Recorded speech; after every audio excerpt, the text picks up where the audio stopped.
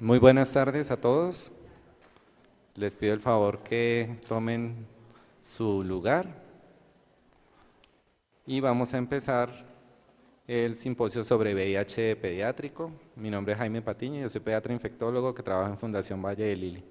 En conjunto con el doctor Jorge Pérez, que viene de la ciudad de Barranquilla, vamos a ser los presidentes de esta sesión. En primer lugar, vamos a invitar al doctor Carlos Garcés.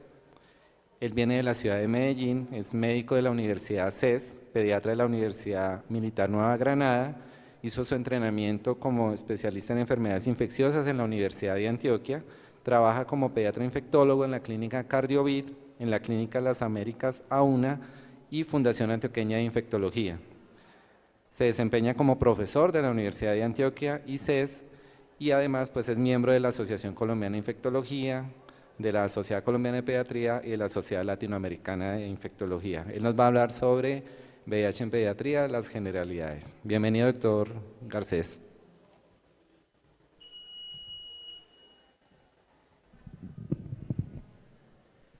Gracias, Jaime.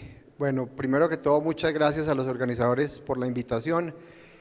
El nombre de esta charla de generalidades en pediatría es como amplio y uno como que dice, bueno, entonces esperemos que en 25 minutos les podamos dar las generalidades del VIH pediátrico. Primero que todo, no tengo ningún conflicto de intereses con esta charla. Vamos a hacer un breve repaso de lo que es los datos históricos de lo que ha sido el VIH. Tenemos cosas grandes como en 1981 los primeros 5 casos de SIDA que reportan en adultos en Los Ángeles y ya en pediatría para el 82 estaban reportando el primer caso de SIDA en un niño politransfundido. Posteriormente viene el aislamiento del virus en el 83 y aparece también el reporte del primer caso de transmisión vertical. Aparecen los primeros fármacos, el ACT aparece en el 87 y en el 88 empiezan los primeros ensayos con AZT en niños por parte del doctor Piso. Y como un hito grande tenemos que en el 94 aparece el protocolo 076 que es el de prevención vertical y es uno de los que van a hablar ahorita más adelante los siguientes conferencistas. En el 95 David Ho fue el que dijo que definitivamente había que atacar al VIH rápido y fuerte y nos quedamos en eso porque él dijo eso pero nunca lo hicimos y nos demoramos y en pediatría sí que nos demoramos en llegar a eso. En el 96 aparecen más fármacos y entonces ya aparece la famosa terapia antirretroviral de gran afinidad, que es dar 3 fármacos efectivos y a partir de ahí pues también se hace un quiebre en el manejo del VIH. Aparecen a aparecer múltiples combinaciones de fármacos. En 2011 está el paciente de Berlín, que fue uno de los hitos también en la medicina de adultos, que fue el paciente que se curó luego de un trasplante de médula ósea. Y en 2013 tenemos el famoso niño de Mississippi, que en pediatría dio una luz y en algún momento se pensó que podría haber algún tipo de cura para el VIH, pero posteriormente volvió a dar las cargas positivas. Rápidamente para ver cómo estamos en el mundo, pues estos datos son viejos y la pandemia posiblemente nos ha cambiado estos datos. Teníamos 2.8 millones de niños y adolescentes viviendo con VIH, 880 niños estaban infectados diariamente por VIH y morían 310 niños. Un dato importante que afecta sobre todo a la África subsahariana es que solo el 53% de estos niños estaban recibiendo terapia antirretroviral. Digamos que afortunadamente ahí sí nosotros no hacemos parte de ese tercer mundo y estamos mejor en cuanto a esto. Estos son datos de los niños, pues las personas, adultos y niños que viven con VIH para el 2020, miren que en Latinoamérica eran aproximadamente 2.1 millones de personas y los casos nuevos eran 100.000 para Latinoamérica. Cuando vemos Colombia, ahora vamos a ver que la manera más grande de transmisión para pediatría es la transmisión vertical, entonces ese es el marcador que deberíamos ver cómo estamos y vemos cómo desafortunadamente del 2013 al 2018 lo ideal sería tener menos del 1% y no hemos podido bajar esa tasa hasta el 2018 a pesar de que se hace el seguimiento y dependemos en pediatría en gran parte de lo que hagan en los controles los ginecólogos. Entonces dependemos de que hagan un control juicioso de las embarazadas, de que hagan un diagnóstico precoz y les den el tratamiento adecuado. Vemos como para el 2018 íbamos en 2%. Tenemos el último reporte que salió del Instituto Nacional de Salud para el 2021, y aquí sí hay dentro de los datos hay un campanazo grande para nosotros. Oyendo a los de adultos esta mañana me llamaba la atención que en muchos países dicen que ellos tienen, la mayoría de sus casos son pacientes de edades avanzadas, y cuando uno ve Colombia, nuestra epidemia está en otro lado, y en otro lado es niños de 15 a 24 y pacientes de 25 a 34, o sea, este grupo de pacientes se están infectando de adolescentes. Entonces es una epidemia que se nos está viniendo encima y que tenemos que empezar a pararle bolas a ver qué vamos a hacer con esto. Dato esperanzador para este boletín, pues decían que la transmisión materno-infantil había sido en el 0.5% de los casos, entonces confiemos en que logremos seguir por debajo de ese 1%. Entonces, cuando hablamos de generalidades, pues lo primero es, bueno, ¿cómo se transmite? La más frecuente que siempre hemos conocido es la vertical, que es la transmisión de madre a hijo, y es en la cual sí podemos impactar, como les decía, haciendo un diagnóstico precoz y oportuno en las madres, dando tratamiento, y podríamos evitar la infección en nuestros niños.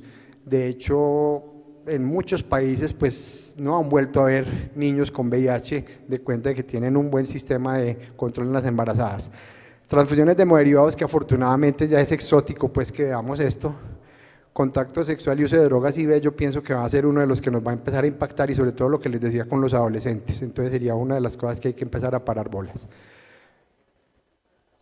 Entonces, como les decía, la manera de transmisión vertical es la más frecuente. Si yo no hago absolutamente nada y no paro bolas y las mamás tienen VIH, se dice que aproximadamente un 25% de los niños de esas madres embarazadas podrían quedar infectados con VIH, y la transmisión se puede dar en 3 momentos. La transmisión in útero, que sería cuando el paciente, la madre tiene cargas virales altas, va a ser una síndrome retroviral agudo y hay alto riesgo de transmisión in útero, y puede darse en un 10 a un 25% de los casos. Lo más frecuente sería la transmisión intraparto, que representa entre un 30 y un 40 a 80% de los casos, y posteriormente la transmisión a través de la leche materna, que es de un 40 a un 30%. Entonces vemos que son 3 momentos en los cuales yo podría impactar. Obviamente lo ideal sería que la mamá, cuando llegue a embarazo, que es lo ideal, ya esté con la carga inhibida, tengamos diagnóstico desde mucho antes y no tengamos estos problemas. Esto es para mostrar cómo ha sido el comportamiento y cómo es lo que conocemos de adultos, digamos, en cuanto a la carga viral. Hace el pico, después se hace el famoso set point, y miren que ellos se demoran 8 a 9 años para empezar, que ya sea la caída grande de los CD4 y empiecen con infecciones oportunistas y lleguen a las manifestaciones de SIDA. Aquí vemos cómo sería en adultos, pico, y hacen un set point por ahí en 30.000 copias. Los niños son completamente distintos, ellos hacen el pico y se quedan en el pico si no hacemos nada, y miren que no son 30.000 copias, sino son 10 a las 6 a 10 a las 5, o sea, entre 1.100.000 copias, y por ahí entre los 2 y los 5 años pues van a ir bajando y van a llegar a un set point. Mientras pasa todo esto, obviamente, ¿quién está sufriendo? El sistema inmune, y eso es lo que nos había costado mucho trabajo entender definitivamente, porque nos demoramos y dejamos a los niños mucho tiempo a merced del virus. La historia natural de las infecciones oportunistas también es importante tenerla presente, que es diferente cómo se comportan los oportunistas en los niños a los adultos. Los niños generalmente van a ser primoinfecciones por esos gérmenes en un sistema inmune que va a estar ya comprometido. Los adultos generalmente va a ser por reactivaciones. En cuanto a la clasificación, también ha ido variando a lo largo del tiempo. La primera clasificación que nos daban era una clasificación que tenía N, A, B y C. N era que no había ningún tipo de síntomas, A, B y C era de acuerdo a los síntomas, y recordemos que entonces la C era todas las manifestaciones definitorias de SIDA. Y la parte inmunológica nos la dividían según la edad en 3 grupos: menores de 1 año, de 1 a 5 años y de 6 a 12 años, y de acuerdo a los niveles de CD4, bien sea por niveles absolutos o porcentaje, idealmente debería ser por porcentaje, se clasificaba como sin supresión, supresión moderada o supresión grave, o 1, 2 y 3. Desafortunadamente OMS tiene otra clasificación, entonces a veces podemos tener enredos. OMS tenía esta clasificación en la cual clasificaba a los niños también según edad y según los porcentajes de los linfocitos CD4. Y también tiene una clasificación clínica de la OMS que son 1, 2, 3 y 4. Sería relativamente el equivalente al NABC. A lo largo del tiempo entonces se fue modificando, ya para el 2014 el CDC nos quitó el famoso, que era muy fácil, 15, 25, 15 y menos de 15, ya no lo movió, ya no es tan fácil de aprender. Aquí tenemos los porcentajes entonces de acuerdo a la edad del paciente y a los porcentajes de los CD4. Entonces el que tiene menor de un año, si tiene más del 34%, pongamos, estaría en estadio 1, 26 a 33 en el 2 y en el 3 menor del 26%. Y así está la clasificación, que es la que tenemos actualmente y es la que usamos, y ya las letras, digamos, que pasaron a la historia. En realidad lo que hacemos es clasificarlos 1, 2 y 3 y saber cómo es el estado inmunológico de nuestros pacientes.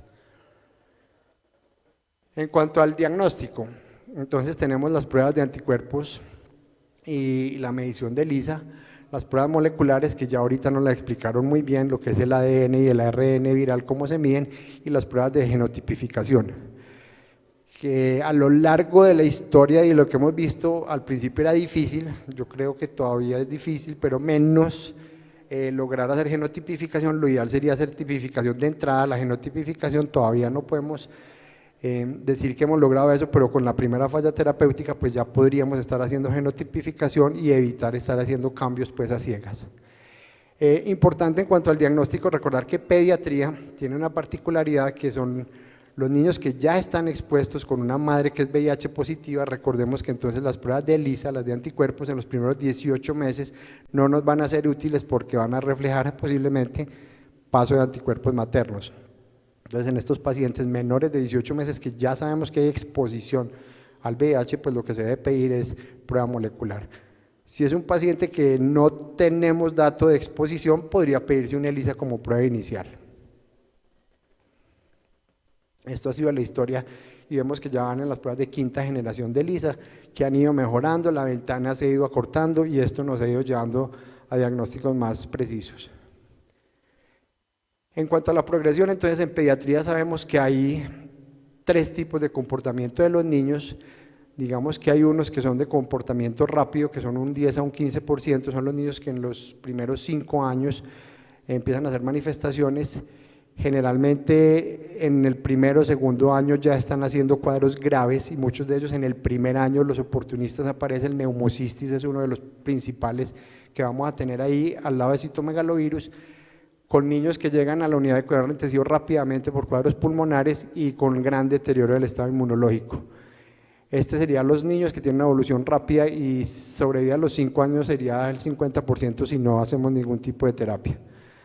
Una evolución intermedia, que es la mayoría de los niños, que es el 50 al 70%, son los niños que tienen como una luna de miel inicialmente y van los primeros 4 o 5 años con infecciones leves, de pronto repiten otitis o hacen neumonías, pero no infecciones graves, y a partir de los 5 años es que empiezan a presentar ya las infecciones por oportunistas importantes. Y de todas maneras nos queda un grupo que es un 10 a un 15%, que es, digamos, más parecido al comportamiento de lo que vemos en adultos, que son los niños que pueden pasar los primeros 8 o 10 años y no hay ningún tipo de manifestación, y se manifiestan después de eso. Generalmente el problema es que cuando nos damos cuenta y los cogemos allá, son niños que tienen el sistema inmunológico completamente ya deteriorado y tienen, mejor dicho, los vemos como se ven los adultos cuando los cogen ahí también a los 8 o 10 años, con los CD4 por el piso y con las infecciones oportunistas. Entonces recordemos, lo más frecuente es esto en los primeros 5 años, unos que en los primeros 2 años nos están haciendo las manifestaciones y los de manifestaciones tardías. Definitivamente la historia natural pues va de la mano de que empecemos la terapia antirretroviral. Ya vamos a ver ahorita unos datos de lo del tratamiento, que en pediatría yo creo que nos demoramos en empezarle a todo el mundo, pues porque dejamos a nuestros niños inicialmente a merced del virus esperando unos números, cuando lo que se esperaba era empezar rápidamente la terapia del tratamiento antirretroviral. Entonces en el tratamiento, ¿cómo ha sido la evolución? Una de las cosas que a veces bloqueaba al inicio del tratamiento era el famoso es de por vida. Entonces, como era de por vida, entonces esperemos que estos pobres niños van a tener que tomar mucho pastillas mucho tiempo, entonces a veces se frenaban por eso. Y lo otro que a veces nos frenaba eran los eventos adversos, que sabemos que la toxicidad existe y entonces Ha ido mejorando, digamos, el perfil de los antirretrovirales, pero ustedes no se imaginan lo que era antes, cuando no tenía uno mucho de dónde escoger y le tocaba sí o sí dar lo que tuviera a la mano. Con el tiempo eso ha cambiado y ya por lo menos tenemos pues como un arsenal más variadito. Ha habido diferentes medicamentos aprobados a lo largo del tiempo. El gran problema siempre es que vamos a la saga de los adultos, entonces aprueban el medicamento en adultos, no se sabe la dosis pediátrica, cuando por alguna razón nos dan las dosis pediátricas, no hay presentación pediátrica, entonces seguimos en deuda hasta que nos tengan presentaciones útiles para los niños. Yo creo que a algunos de aquí sí les alcanzó a tocar entonces lo que fue el Enfuirtide, terapia puente, que nos tocó en un tiempo porque no teníamos para dónde coger. Enfuirtide era inyectado, les daba unos nódulos. Pobres niños, les tocaba, uno los tenía que echar el cuento, pero había que negociarles. Uno aprendía, de los niños aprende mucho. De hecho, alguna vez tuve un niño que se dejó poner el Enfuirtide y me dijo que si le quitaba caletra, se dejaba chuzar. Entonces, imagínense a lo que sabe caletra. Se dejó chuzar y dijo, si me quita caletra, yo me dejo seguir, yo me lo dejo poner, pero quíteme esa otra cosa. Entonces los niños, yo diría que se resignan a tomarse ese tratamiento. Ellos no es que se acostumbren, ellos ya se resignan y les toca, pues sí, se lo toman, pero no es fácil para ellos. Maravilloso que es otra de las presentaciones. Después llegaron los inhibidores de proteasa, que inicialmente no estaban, y esta era la terapia puente que nos tocaba con Enfuirtide, las maromas. Y posteriormente, pues sí, ya otras presentaciones para facilitar adherencia, que definitivamente eso es vital en los niños. Entonces, ha ido mejorando ese panorama de tener presentaciones que tengan una adherencia más adecuada. Entonces, con el tratamiento, como les decía, desafortunadamente, inicialmente teníamos unas guías y unos cuadros que nos decían cuándo tratar según la edad. Inicialmente era claro que todo menor de 1 año sí le íbamos a dar tratamiento, pero a los otros niños de ahí en adelante no, sino dependía del recuento de CD4 y el número de copias. Yo creo que muchas veces nos hicimos los bobos con esto y seguimos por delante y les dimos tratamiento aún independiente del número de copias y el recuento de CD4, porque siempre quedaba claro que es que el sistema inmune de los niños seguía deteriorándose y era lo que íbamos a hacer a llegar después. Y desafortunadamente en pediatría, igual vamos siempre a la saga de los de adultos, nos tocó esperar que ellos en adultos se dieran cuenta de los famosos 200, después 350 y después 500 y después trátelos a todos, y nosotros detrás de ellos pues como haciendo lo mismo, cuando sabíamos que el niño es un sistema inmune inmaduro, que está expuesto al virus y que obviamente pues va a estar más deteriorado. Miren lo que pasaba para el 2009, las guías PENTA europeas, las norteamericanas y Organización Mundial de la Salud, pues decían, listo, trate a todos los menores de 1 año, de ahí para adelante, dependiendo de carga viral y dependiendo del recuento de CD4. Digamos que después mejoró un poquito, OMS dijo, listo, no vamos a tratar a todos los menores de 2 años, pero seguíamos teniendo unos patrones que había que depender del recuento de CD4 para poderles dar tratamiento. Finalmente llegamos a que actualmente la recomendación es a todo niño, una vez que se mueva el diagnóstico, le vamos a dar tratamiento. No vamos a esperar a que tenga el deterioro de su sistema inmune para iniciarlo. Entonces, como les decía, uno de los hitos en pediatría y una de las cosas que marcó la historia del VIH, pues fue el protocolo 076. En ese momento era monoterapia lo que se hacía, Sidovina era el medicamento de mayor experiencia en ese momento. Se les empezó a dar a las madres y se les daba posteriormente a los niños en los primeros 6 semanas. Con esto lograron bajar de un 25%, que habíamos dicho que era el promedio, a un niño con una mamá no se le hace absolutamente nada, a un 8% en ese grupo control. Entonces digamos que esta fue una de las cosas que marcó uno de los hitos en pediatría, porque era una de las maneras de evitar que nuestros niños tuvieran esta enfermedad. De ahí para adelante se vinieron múltiples estudios, sobre todo en África subsahariana y en Tailandia, no solo con sidovina, sino con otros esquemas, buscando ver cómo era la mejor forma de disminuir esa transmisión vertical. Obviamente, como ya estaba la terapia antirretroviral de gran afinidad, miren cómo a partir de que ya estaba efectiva el 96, en las embarazadas se empezó a usar cada vez más, buscando obviamente que la mamá tuviera la carga viral inhibida y evitar esa transmisión. Recordemos que si logramos tenerla inhibida en el momento del parto, pues es lo ideal y es lo que se busca cuando se les da tratamiento a estas madres. Entonces, se siguió haciendo esto, los distintos tratamientos y esquemas que se dieron, la indicación de cesárea según el número de copias que también ha ido cambiando. Obviamente ha cambiado al ritmo de que cambian los métodos diagnósticos. Inicialmente era cuando había menos de 1000 copias, después 400 y en este momento se considera indetectable 50 copias. Con todas estas medidas y llegando a lo ideal que sería mamá quedar embarazada con carga negativa ya y que todo el embarazo se la pase con carga negativa, hemos llegado a que sea menor al 1% la transmisión vertical. Entonces, esperemos que en algún momento logremos tener que esta transmisión podamos volverla a 0 o menor del 1%, como sí se ha visto que definitivamente lo pueden lograr. Miren que para el 2015 en Cuba la sífilis y el VIH ya la transmisión se consideraban eliminados porque era menor del 1%, y en algunas de las islas del Caribe también está determinado que se ha podido. Básicamente es hacer buen control prenatal, ser juiciosos, y dependemos es de eso, de que nuestros ginecólogos o todo el personal que maneja las maternas esté entrenado para esto. Seguimiento. Entonces, el seguimiento de estos niños, pues es importante dar la profilaxis para los distintos oportunistas. Recordemos que en las guías que ya salieron, pues están las distintas opciones de tratamiento, los perfiles bioquímicos y metabólicos dentro del seguimiento. Digamos que es importante tener en cuenta, dependiendo del esquema antirretroviral, que como ha ido variando, y ahorita les van a contar las noticias de la nueva guía, cómo estamos, y a medida que ha ido evolucionando, pues han ido cambiando los problemas de efectos adversos, sobre todo la parte metabólica y las dislipidemias que antes las teníamos con más frecuencia, pues con los nuevos esquemas van a ser menores, pero esto ha sido importante.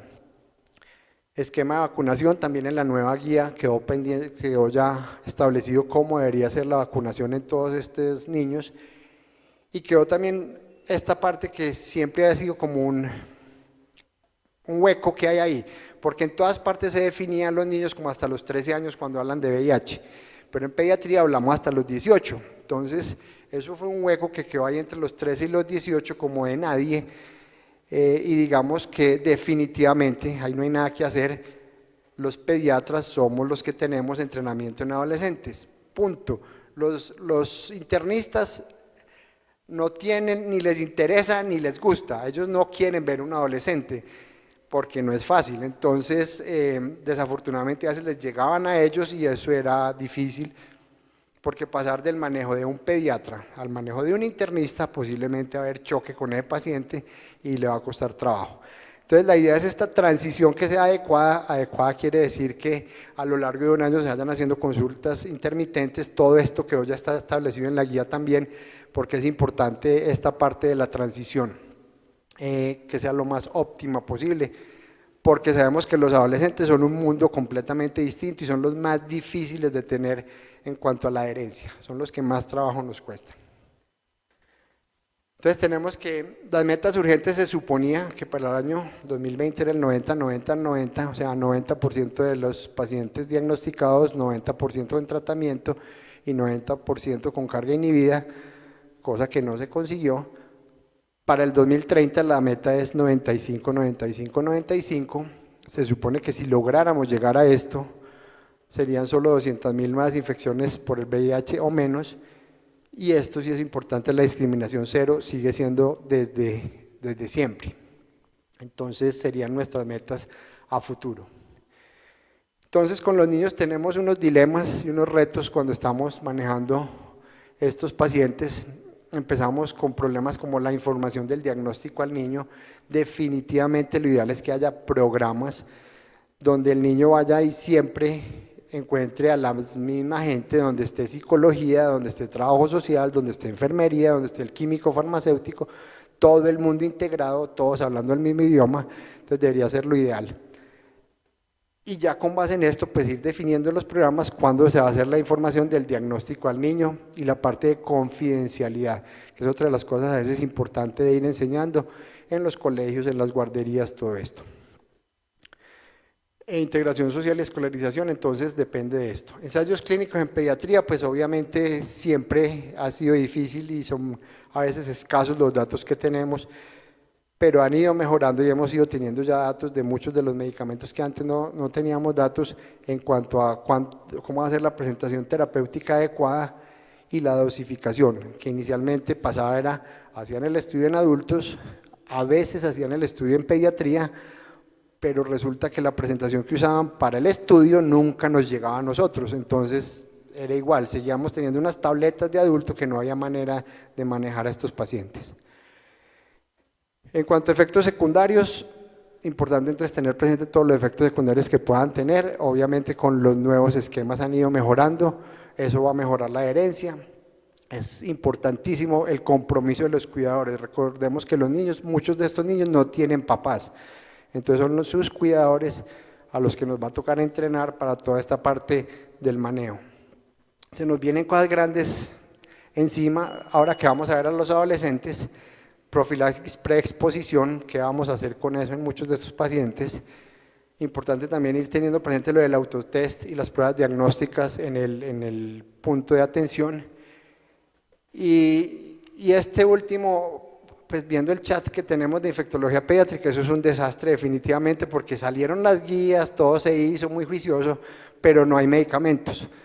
Y el abastecimiento de los medicamentos en los programas es clave porque entonces seguimos cayendo en que hay unas guías muy bonitas, todo se puede lograr, pero desafortunadamente no hay abastecimiento y no es pues de los más sofisticados y de los más nuevos, ni siquiera sino de los viejos, de vieja guardia, nevirapina, que es de la de toda la vida, no hay, entonces así es difícil. No todo es malo, digamos que buenas noticias, pues han ido bajando los costos de los medicamentos, y no sé qué le hice, pero bueno, y digamos que muchos de los medicamentos ya han ido apareciendo, entonces apareciendo con presentaciones pediátricas que son dispersables y que tienen buen sabor, que estos pobres niños, lo que les contaba de Caletra, pues les toca, entonces dentro de los inhibidores de integrasa, pues nos han dado buenas noticias ya para uno de los niños más pequeñitos con dolutegravir.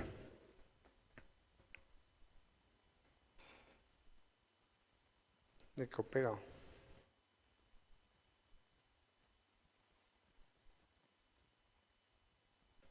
Bueno, yo creo que no faltaba mayor cosa. Esto es como un viaje rapidito de las generalidades por VIH. La idea es entonces tener presente que nuestros niños, pues obviamente tenemos que intentar tenerlos en el mejor estado posible y será seguir luchando porque tengamos a disposición los medicamentos que ha sido el gran problema para nosotros. Muchas gracias.